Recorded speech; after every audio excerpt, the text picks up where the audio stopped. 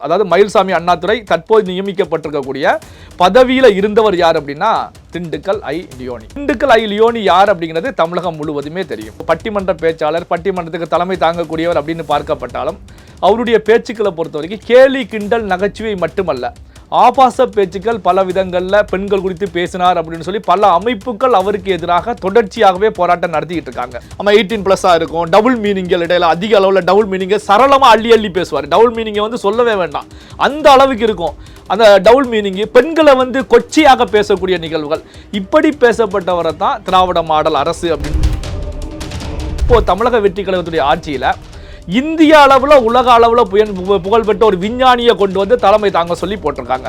இதுதான் கவனிக்கப்பட வேண்டிய விஷயம். அதாவது யாரை எந்த பதவிக்கு கொண்டு வந்து போடுறோம் அப்படிங்கிறது மிக முக்கியமானது. ஏன்னா கல்வி சார்ந்த விஷயத்தை பொறுத்த வரைக்கும் கல்வியில் தனி மனித ஒழுக்கம், அவருடைய பப்ளிக்கில் அவருடைய செயல்பாடுகள், அவருடைய பேச்சுக்கள், ஏன்னா கடமை உணர்வு பொறுப்பு அப்படிங்கிறது கல்வி சார்ந்த விஷயத்துக்கு ரொம்ப ரொம்ப இம்பார்ட்டன்ட். இப்போ அனந்தஜித் அப்படிங்கிற நபரை எடுத்துக்கிட்டீங்க அப்படின்னா இந்த IAS அப்படிங்கிற ஒரு விஷயத்துக்காக 6 முறை வரைக்கும் அவர் வந்து IAS ஆகணும் அப்படின்னு அவருடைய லட்சியமே IAS தான். IASக்காக 6 முறை வந்து தொடர்ச்சியாக தேர்வுகள் எழுதியிருக்காங்க. செலக்ட் ஆகி இன்டர்வியூக்கு செல்லும் போது எதிர்பாராத விதமாக நடந்த ஒரு ஆக்சிடென்ட். அதாவது அரசு வந்து மாணவர்களுக்கு இந்த கல்விக்காக இவ்வளவு ஃபண்டு ஒதுக்குறாங்க, இந்த ஃபண்டு வந்து மாணவர்களுக்கு சரிவர போய் சேருகிறதா அப்படிங்கிற தன்னார்வத்தின் அடிப்படையில் விழிப்புணர்வை ஏற்படுத்தக்கூடிய வேலைகளில் வந்து 2017ஆம் ஆண்டிலிருந்து தொடர்ச்சியாக செயல்பட்டு இருக்காங்க. பல மாணவர்களுக்கு இது போன்ற நலத்திட்ட உதவிகளை, அரசு கொடுக்கக்கூடிய நலத்திட்ட உதவிகளை இவங்க வாங்கி கொடுத்துருக்காங்க. அதே நேரத்தில் வந்து ஒவ்வொரு ஆண்டும் ஸ்கூல்கள் ஓப்பன் பண்ணும்போது அந்த ஸ்கூல்களுக்கு முன்னாடி டேபிள் போட்டு உட்கார்ந்து மாணவர்களிடத்தில் விழிப்புணர்வை ஏற்படுத்துவது, பெற்றோர்களிடத்தில் விழிப்புணர்வு ஏற்படுத்துவது, அவர்களுக்கான அரசு கொடுக்கக்கூடிய நலத்திட்டங்களை வாங்கி கொடுப்பது அப்படிங்கிற வேலைகளையும் தொடர்ச்சியாக சர்வீஸ் மைண்டோட செயல்பட்டு இருக்காங்க. இதுல முக்கியமான ஒரு விஷயம் என்ன அப்படின்னா, ஜெயில் இருக்கு பாத்தீங்களா, ஜெயிலில் கைதிகளாக இருக்கக்கூடியவர்களுக்கு இந்த கல்வி சம்பந்தப்பட்ட அவேர்னஸ்களை ஏற்படுத்துவதற்கு காவல்துறையிலேயே இவருக்கு அனுமதி கொடுக்கப்பட்டு உள்ள சிறைச்சாலைகளுக்கு சென்று ட்ரைனிங் கூட கொடுத்திருக்காங்க. கல்வி சம்பந்தப்பட்ட விஷயங்களை ட்ரைனிங் டீச்சிங் கூட கொடுத்திருக்காங்க. இப்படி வந்து பாத்தீங்கன்னா பல தன்னார்வத்தின் அடிப்படையில் ஒரு தன்னார்வலராக அனந்தஜித் அவர்கள் தொடர்ச்சியா பயணிச்சுக்கிட்டு இருக்காங்க. இந்த அடிப்படையில் தான் பாத்தீங்கன்னா புதிய தலைமுறை கூட கடந்த ஆண்டு அவரை கூப்பிட்டு ஒரு சர்டிபிகேட் கொடுத்து பாராட்டிய நிகழ்வெல்லாம் நடந்துச்சு.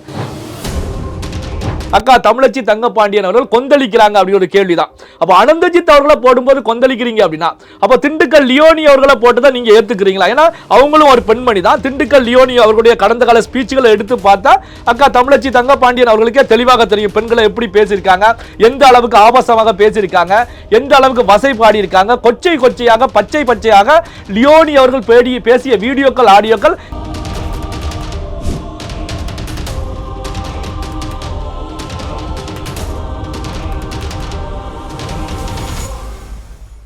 ரியல் ஒன் உறவுகளே, நடுநிலையோடு பொறுப்புடன் செய்திகளை வழங்கி பல லட்சக்கணக்கான மக்களின் நம்பிக்கையை பெற்ற நமது சேனலின் வளர்ச்சிக்கு உங்கள் ஆதரவு தேவை. இந்த ஊடக பயணம் தொடர்ந்து வலுப்பெற திரையில் தெரியும் QR கோட் ஸ்கேன் செய்தோ அல்லது டிஸ்கிரிப்ஷனில் உள்ள வங்கி விவரங்கள் மூலம் உங்களால் முடிந்த அளவு சப்போர்ட் செய்யுங்கள். உங்கள் ஒவ்வொரு ஆதரவும் நமது குரலை இன்னும் பல லட்சம் பேரிடம் கொண்டு செல்ல உதவும். ரியல் ஒன் மீடியா நேயர்களுக்கு வணக்கம். இன்று நம்முடன் நேர்காணலுக்காக பத்திரிகையாளர் நெல்லை சிவா இணைந்திருக்காரு. வணக்கம் சார். வணக்கம். தமிழ்நாடு பாடத்திட்ட புத்தக வடிவமைப்புல வந்து அனந்தஜித் அவர்களை நியமனம் செஞ்சிருக்காங்க. ஏற்கனவே அவர் வந்து பாத்தீங்கன்னா தாவேக்காவோட மாநில செய்தி தொடர்பாளராக இருக்காரு. இப்போ தமிழச்சி தங்கப்பாண்டி திமுகவோட MP அவர்கள் வந்து கடும் குற்றச்சாட்டு ஒண்ணு வச்சிருக்காங்கல்ல சார், இதன் பின்னணி என்ன? அதாவது வந்து பாத்தீங்கன்னா கட்சி சார்புடைய ஒரு தமிழ்நாட்டுக்கான ஸ்டேட் போர்டுக்கான கரிக்குலம், அதாவது சிலபஸ்களை ஃபார்ம் பண்ணக்கூடிய டீமில் வந்து ஒரு நிர்வாகியாக போட்டிருக்காங்க அப்படிங்கிற விமர்சனத்தை அக்கா தமிழச்சி தங்கப்பாண்டியன் அவர்கள் முன் வச்சிருக்காங்க.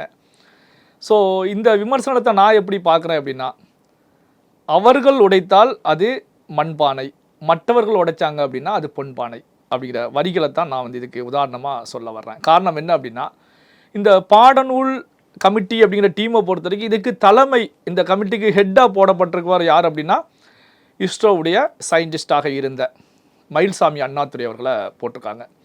அப்போது மயில்சாமி அண்ணாதுரை அப்படின்னா எந்த அளவுக்கு அவங்க இருந்தாங்க அப்படிங்கிறது நமக்கு தெரியும். ஏன்னா இஸ்ரோவுடைய தலைவர், ஒரு தலைமை விஞ்ஞானி அப்படிங்கிற நிலையில் இருந்தவங்க அப்படின்னா எந்த அளவுக்கு இந்திய அளவில் அவருடைய பங்களிப்பு இருந்தது, உலக அளவில் அவர் எப்படி பார்க்கப்பட்டார் அப்படிங்கிறது மிக முக்கியமான ஒரு விஷயம். அவரை வந்து பார்த்திங்கன்னா இப்போது தமிழகத்தில் ஒரு பாடநூலை வடிவமைக்கக்கூடிய ஒரு கமிட்டிக்கு வடிவமைப்பு குழுவுடைய தலைவராக போட்டு அவர் கீழே 15 பேர் கொண்ட ஒரு டீம் ஃபார்ம் பண்ணப்பட்டிருக்கு. இந்த டீமில் வந்து 15 பேரை பொறுத்த வரைக்கும் ப்ரொஃபிஷியன்ட் ப்ரொஃபஸர், அதாவது அவங்கவுங்க சப்ஜெக்ட்ல அவங்க வந்து பயங்கரமான ஒரு எக்ஸ்பர்ட், அதாவது சயின்டிஸ்ட் லெவலில் இருக்கக்கூடியவங்க, அந்த அடிப்படையில் தான் எல்லாரையும் தேர்வு செய்து போடப்பட்டிருக்கு. அதே நேரத்தில் வந்து இப்போ திமுக சைட்ல இருந்து தமிழச்சி தங்கபாண்டியன் முன்வைத்திருக்கக்கூடிய விமர்சனத்தை பார்க்கும் போதா இந்த தமிழகத்துக்கான ஸ்டேட் போர்டுக்கான இந்த பாடநூல் வடிவமைப்பு கமிட்டி வந்து கடந்த காலங்களில் எப்படி செயல்பட்டது அப்படிங்கிறத தான் நாம் இங்கே கவனிக்கணும். கடந்த காலத்தில் இந்த கமிட்டிக்கு தலைவராக போடப்பட்டவர், அதாவது மயில்சாமி அண்ணாதுரை, தற்போது நியமிக்கப்பட்டிருக்கக்கூடிய பதவியில் இருந்தவர் யார் அப்படின்னா திண்டுக்கல் ஐ லியோனி, அதாவது நகைச்சுவை பட்டிமன்றங்கள் நடத்திய திண்டுக்கல் ஐ லியோனி தான் தலைவராக போட்டிருந்தாங்க. திண்டுக்கல் ஐ லியோனி யார் அப்படிங்கிறது தமிழகம் முழுவதுமே தெரியும். பட்டிமன்ற பேச்சாளர், பட்டிமன்றத்துக்கு தலைமை தாங்கக்கூடியவர் அப்படின்னு பார்க்கப்பட்டாலும் அவருடைய பேச்சுக்களை பொறுத்த வரைக்கும் கேலி கிண்டல் நகைச்சுவை மட்டுமல்ல, ஆபாச பேச்சுக்கள் பல விதங்களில் பெண்கள் குறித்து பேசினார் அப்படின்னு சொல்லி பல அமைப்புகள் அவருக்கு எதிராக தொடர்ச்சியாகவே போராட்டம் நடத்திக்கிட்டு இருக்காங்க. 18+ இருக்கும். ஆமாம், 18+ இருக்கும். டபுள் மீனிங்கள் இடையில அதிக அளவில் டபுள் மீனிங்கை சரளமாக அள்ளி பேசுவார். டபுள் மீனிங்கை வந்து சொல்லவே வேண்டாம், அந்த அளவுக்கு இருக்கும் அந்த டபுள் மீனிங்கு. பெண்களை வந்து கொச்சையாக பேசக்கூடிய நிகழ்வுகள், இப்படி பேசப்பட்டவரை தான் திராவிட மாடல் அரசு அப்படின்னு சொல்லி திமுக வந்த உடனே தமிழ்நாட்டில் இருக்கக்கூடிய மாணவர்களுக்கான கல்வியை மேம்படுத்துவதற்கு, மாணவர்களுக்கான நூல்களை வடிவமைப்பதற்கு அந்த கமிட்டியுடைய தலைவராக திண்டுக்கல் ஐ லியோனியை கொண்டு வந்து உட்கார வச்சாங்க.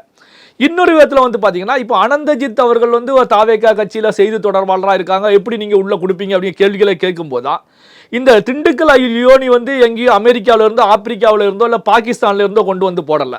இவரும் திமுகவுடைய போஸ்டிங்கில் இருக்காரு. அதாவது தலைமை கழகத்தில் வந்து ஒரு போஸ்டிங்கில் வந்து ஒரு சொற்பொழிவாளராக இருந்துகிட்டே தான் இருக்காங்க. அப்படிப்பட்ட ஒரு நபரை தான் தூக்கி அதுக்கு தலைமை தாங்கக்கூடிய நிலையில் போட்டாங்க. ஆனால் இப்போ தமிழக வெற்றி கழகத்துடைய ஆட்சியில் இந்திய அளவில் உலக அளவில் புகழ்பெற்ற ஒரு விஞ்ஞானியை கொண்டு வந்து தலைமை தாங்க சொல்லி போட்டிருக்காங்க.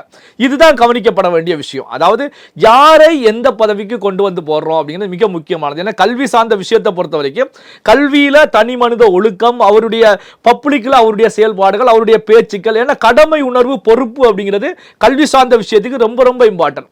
அப்போ அந்த நபரை தான் கொண்டு வந்து போடணும். ஆனால் திண்டுக்கல் லியோனியை கொண்டு வந்து போட்டு திராவிட மாடல் அரசு திண்டுக்கல் லியோனி தான் மிகப்பெரிய அளவில் அங்கே நூல்களை வந்து வடிவமைப்பாரு, அவருக்கு தெரிந்த நாகரிகங்களை எல்லாம் உள்ள கொண்டு வருவாரு, கலாச்சாரங்களை உள்ள கொண்டு வருவாரு, திறம்பட பாடத்திட்டங்களை வடிவமைப்பார் அப்படிங்கிற நிலையில போட்டாங்க.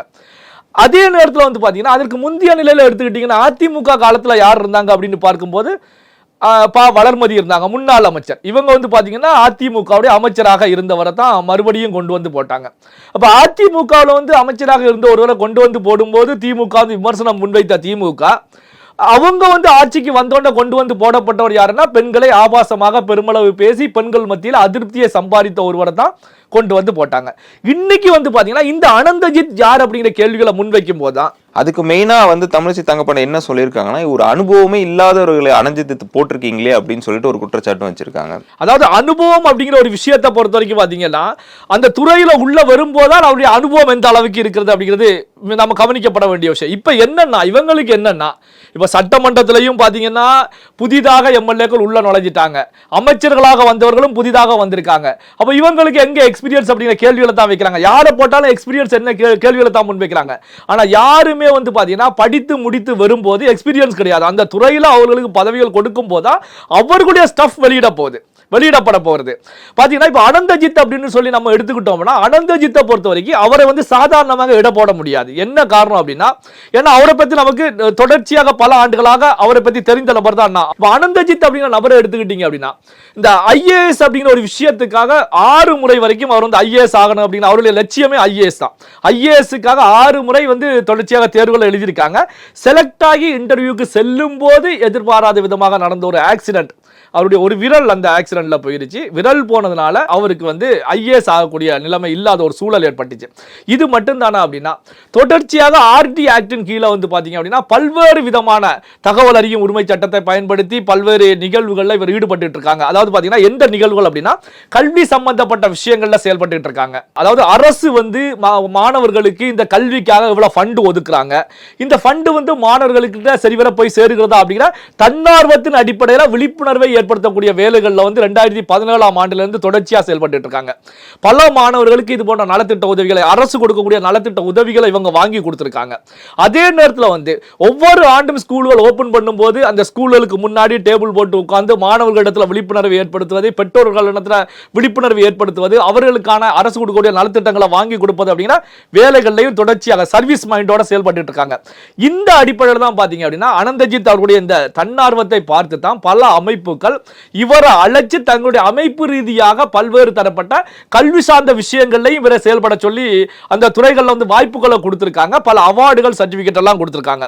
இதுல முக்கியமான ஒரு விஷயம் என்ன அப்படின்னா, ஜெயில் இருக்கு பாத்தீங்களா, ஜெயில்ல கைதிகளாக இருக்கக்கூடியவர்களுக்கு இந்த கல்வி சம்பந்தப்பட்ட அவேர்னஸ்களை ஏற்படுத்துவதற்கு காவல்துறையிலேயே இவருக்கு அனுமதி கொடுக்கப்பட்டு உள்ள சிறைச்சாலைகளுக்கு சென்று ட்ரைனிங் கூட கொடுத்திருக்காங்க. கல்வி சம்பந்தப்பட்ட விஷயங்களை ட்ரைனிங், டீச்சிங் கூட கொடுத்திருக்காங்க. இப்படி வந்து பாத்தீங்கன்னா பல தன்னார்வத்தின் அடிப்படையில் ஒரு தன்னார்வலராக அனந்தஜித் அவர்கள் தொடர்ச்சியா பயணிச்சுக்கிட்டு இருக்காங்க. இந்த அடிப்படையில் தான் பாத்தீங்கன்னா புதிய தலைமுறை கூட கடந்த ஆண்டு அவரை கூப்பிட்டு ஒரு சர்டிபிகேட் கொடுத்து பாராட்டிய நிகழ்வு எல்லாம் நடந்துச்சு.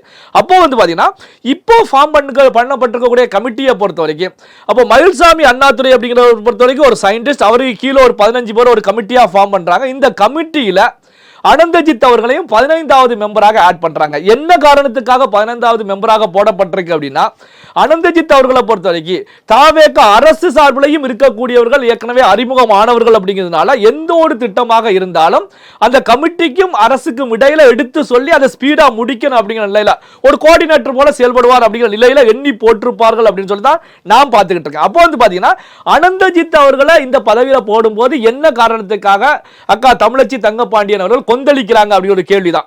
அப்ப அனந்தஜித் அவர்களை போடும்போது கொந்தளிக்கிறீங்க அப்படின்னா, அப்ப திண்டுக்கல் லியோனி அவர்களை போட்டுதான் நீங்க ஏத்துக்கிறீங்களா? ஏன்னா அவங்களும் ஒரு பெண்மணி தான். திண்டுக்கல் லியோனி அவர்களுடைய கடந்த கால ஸ்பீச்சுகளை எடுத்து பார்த்தா அக்கா தமிழச்சி தங்கபாண்டியன் அவர்களுக்கே தெளிவாக தெரியும் பெண்களை எப்படி பேசியிருக்காங்க, எந்த அளவுக்கு ஆபாசமாக பேசியிருக்காங்க, எந்த அளவுக்கு வசை பாடி இருக்காங்க, கொச்சை கொச்சையாக பச்சை பச்சையாக லியோனி அவர்கள் பேசிய வீடியோக்கள், ஆடியோக்கள் இன்னமும் சோசியல் மீடியாக்கள்ல வலம் வந்துகிட்டு தான் இருக்கு. அப்ப அப்படி இருக்கக்கூடிய சூழ்நிலையில அனந்தஜித் அவர்களை பொறுத்த வரைக்கும் நல்லா கல்வி கட்டவர், அதே நேரத்தில் வந்து தன்னார்வம் கொண்டவர், தன்னார்வத்தின் அடிப்படையில் பல சர்வீஸ்களை, சேவைகளை தொடர்ச்சியாக செய்துகிட்டு இருக்காங்க. நான் எப்படி பார்க்கிறேன் அப்படின்னா, அந்த கமிட்டியில் இருக்கக்கூடிய 15 பேருமே ஒரு நிபுணத்துவம் வாய்ந்தவர்கள், கல்வியை அடுத்த கட்டத்திற்கு எடுத்து செல்லக்கூடிய நிலையில அவங்க இருக்காங்க அப்படின்னு பார்க்கிறேன். காரணம் என்ன அப்படின்னா, ஒரு கல்வி சார்ந்த விஷயத்தை பொறுத்த வரைக்கும் எல்லாருமே வந்து பாத்தீங்கன்னா அவர்களுடைய துறை சார்ந்த நிபுணத்துவம் கொண்டவர்களா இருக்கணும், அதாவது ப்ரொஃபஸரா இருக்கணும். அதே அடிப்படையில் போடப்பட்டிருக்கு. அதே நேரத்தில் இன்னைக்கு இருக்கக்கூடிய டெக்னாலஜி தெரிஞ்சவங்களா இருக்கணும். காரணம் என்ன அப்படின்னா, இது ஸ்டேட் போர்டு சம்பந்தப்பட்ட விஷயம். இப்ப சென்ட்ரல் போர்டை பொறுத்த வரைக்கும் பெரிய அளவுல ஸ்பீடா போயிட்டு இருக்கு. அப்போ வந்து பாத்தீங்கன்னா அதற்கு ஈடு கொடுக்கக்கூடிய வகையில ஸ்டேட் போர்டுடைய கல்வியை வந்து வடிவமைக்க வேண்டியது மாநில அரசுடைய கடமை. காரணம் என்ன அப்படின்னா, இந்த நீட் தேர்வு விவகாரத்துல எப்பவுமே அரசு பின்தங்கி இருக்கு, அரசு பள்ளிக்கூடங்கள் பின்தங்கி இருக்கு அப்படிங்கிற விமர்சனங்களை முன்வைப்பதற்கு காரணமே என்ன அப்படின்னா, அந்த சென்ட்ரல் போர்டுக்கு ஈக்குவலண்ட் ஆன நிலையில இந்த ஸ்டேட் போர்டு கல்வி வடிவமைக்கப்படல. சோ இதுதான் முன்வைக்கக்கூடிய குற்றச்சாட்டு. அதனால தான் அரசு கல்வியில கல்வி கட்ட மாணவர்கள் வந்து சிபிஎஸ்இ போன்ற நிலைகளில் கல்வி கட்ட மாணவர்களோடு போட்டி போட முடியாத நிலைமைக்கு இருக்காங்க. அந்த அடிப்படையில் தான் தமிழக முதலமைச்சர் அவர்களை பொறுத்தவரைக்கும் இஸ்ரோவுடைய சயின்டிஸ்ட் மயில்சாமி அண்ணாதுரை தலைமையில டீம் ஃபார்ம் பண்ணிருக்காங்க. அப்போ அடுத்த கட்டத்துக்கு கல்வி எடுத்து செல்லப்படும் அப்படிங்கிறத மாற்றம் கிடையாது. அதே நேரத்தில் வந்து பாத்தீங்கன்னா நீங்க சொன்னது போலதான், அதாவது ஒரு அனுபவம் இல்லாத ஒரு நபரை கொண்டு வந்து போட்டிருக்காங்க அப்படின்னா அவருக்கு தலைமை பதவி கொடுக்கப்படலாங்க. மயில்சாமி அண்ணா துறை தான் அது ஹெட்டா கொண்டு உட்கார வைக்கப்பட்டிருக்காங்க.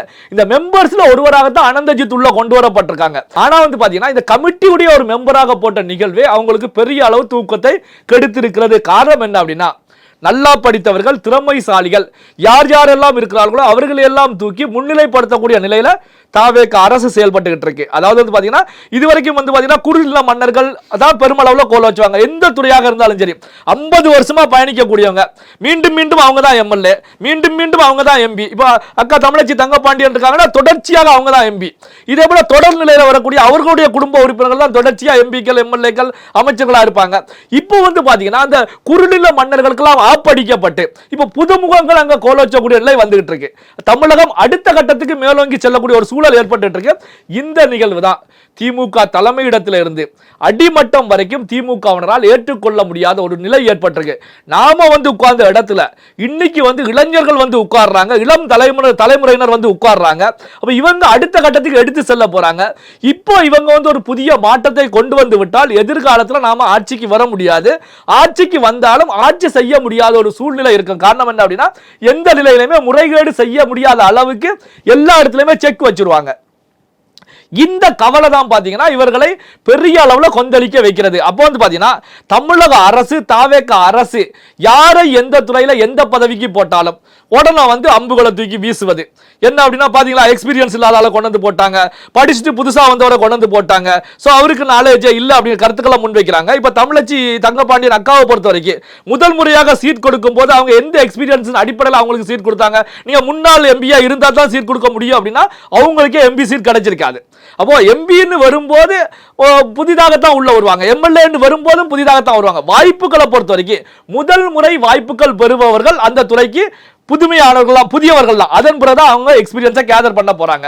இந்த அடிப்படையில் பாத்தீங்கன்னா இந்த விமர்சனம் வந்து பாத்தீங்கன்னா ஒரு வெறுப்பு அரசியலை கக்குவதாகத்தான் நான் பார்க்கிறேன். தொடர்ந்து பேசுவோம் சார். எங்களோடு இணைந்து பல்வேறு தகவலை பகிர்ந்ததற்கு மிக்க நன்றி. நன்றி. உங்கள் பிசினஸ் இன்னும் அதிக மக்களை சென்றடைய வேண்டுமா? இன்றைய டிஜிட்டல் உலகில் சரியான ப்ரமோஷன் தான் வெற்றியின் முதல் படி. தமிழகம் முழுவதும் பல லட்சக்கணக்கான பார்வையாளர்களை தினமும் சென்றடையும் ரியல் ஒன் யூடியூப் சேனல்களில் உங்கள் பிசினஸ் இனி எல்லோரும் அறியட்டும். குறைந்த செலவில் அதிக ரீச். உங்கள் பிராண்டுக்கு நம்பிக்கையும் வளர்ச்சியும் சேர்க்க இன்றே எங்களை தொடர்பு கொள்ளுங்கள். 9280087164.